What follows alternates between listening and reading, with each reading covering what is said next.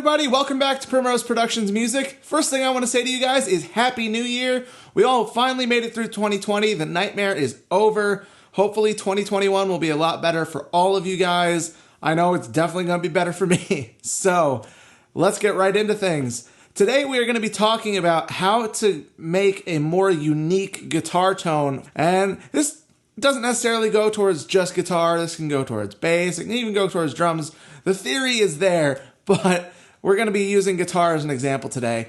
And the easiest way, I'm just going to tell you right off the bat, the easiest way to have a more unique guitar tone, something super simple. Just use different microphones when you're miking up your cab. I'm sure you all know the Shure SM57 has been the tried and true microphone for miking up guitar, whether it be clean or distorted, whatever. But especially for metal guitar, the Shure SM57 is pretty much the go-to microphone for everybody. So because of that, you get a lot of guitar tones that sound the same.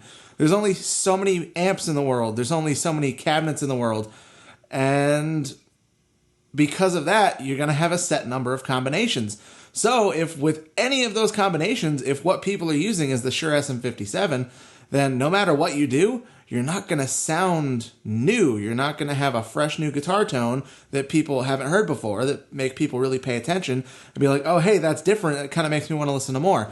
So the easiest way to do this is try different mics. Today, for an example, we're going to be using the Sennheiser MD421. I got one right here.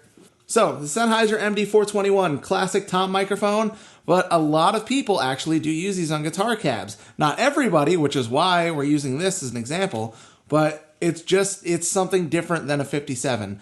And this is a good candidate for something like that because, you know, most people use these for toms. I myself use them for toms most of the time.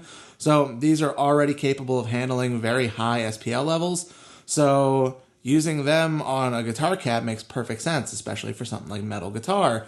When you're going to have a really high volume, really distorted sound, it's going to be hit with a very high SPL level. So you want a mic that can handle that without issue.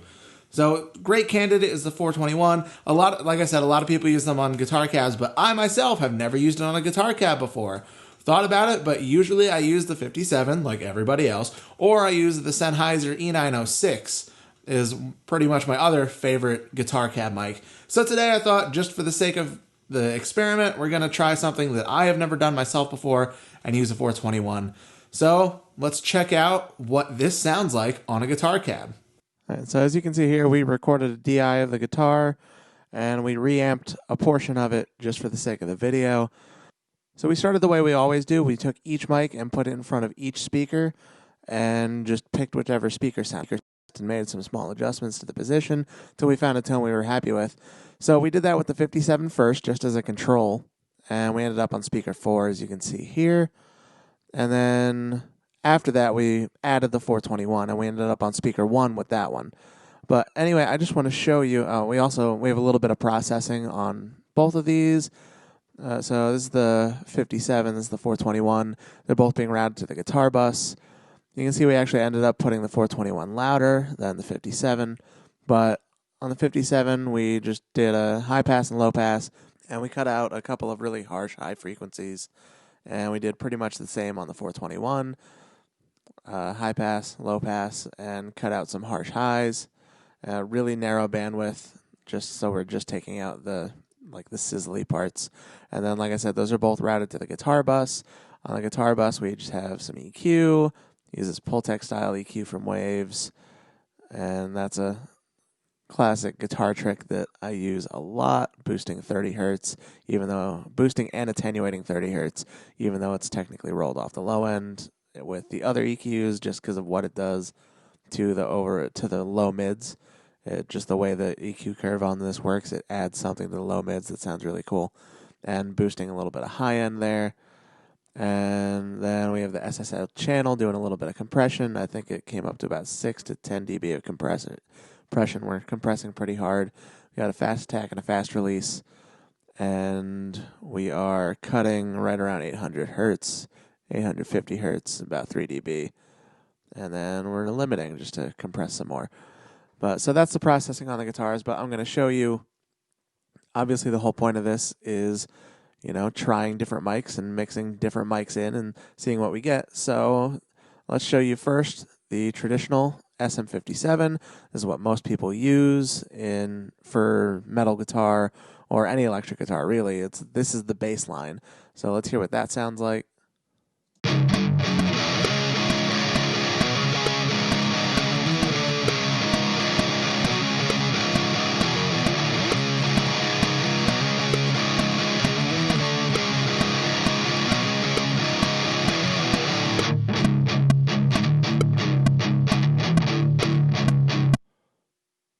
All right, and let's see what the 421 sounds like.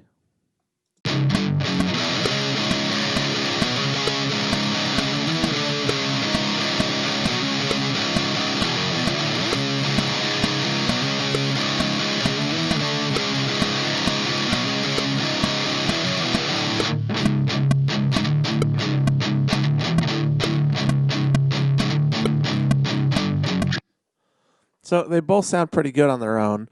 Obviously, the 57's a little more low heavy, as you can hear, and the 421's got a little harsher high end, but which on its own might not really work. But listen to what happens when we put them together.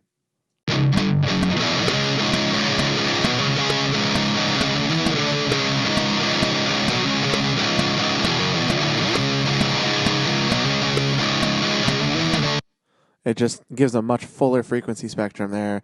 And like I said, I blended it kind of where I wanted it, but we can adjust these faders to switch it up however we like. And I'll do that right now just for a second to show you.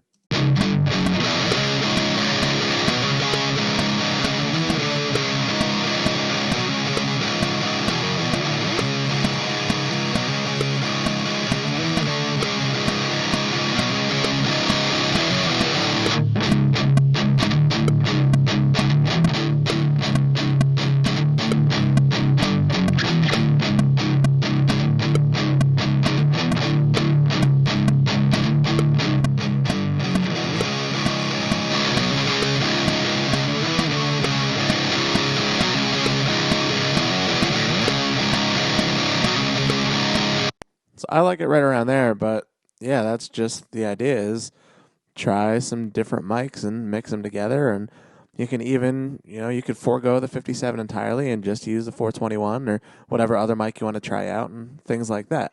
So as I showed you there, I kind of mixed both the 57 and the 421 together. You can do it that way, or you could use just the 421, or you could use any other microphone. Another one that people use on guitar cabs a lot is the Royer 121. They tend to use that in combination with the 57 a lot, the times I've seen people use that. But again, the idea here is to just use something different.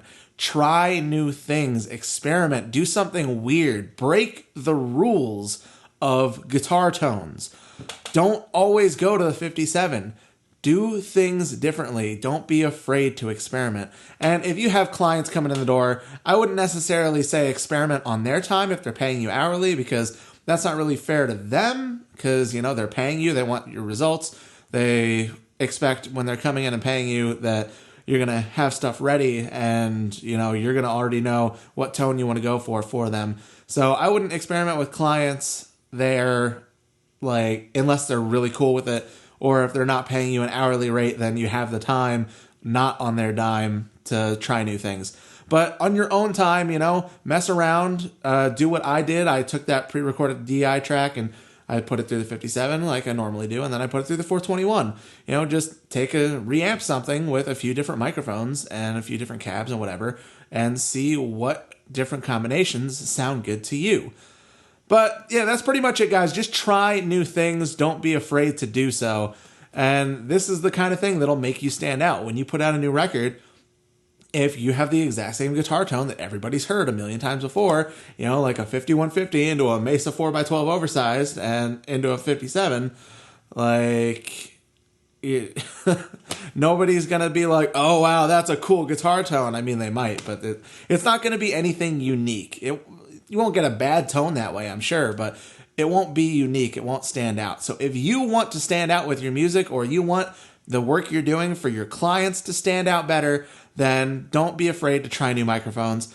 Anyway, that's it today, guys. It was a pretty short video, but I hope you liked it. I hope you found some interesting insight in there, and hopefully you're going to go out and try it. Like, put every mic you own on a guitar cab just to see what it's like. Thank you guys so much for watching. If you enjoyed this video, please hit that subscribe button. It helps me out. If you could, hit that like button. That helps too.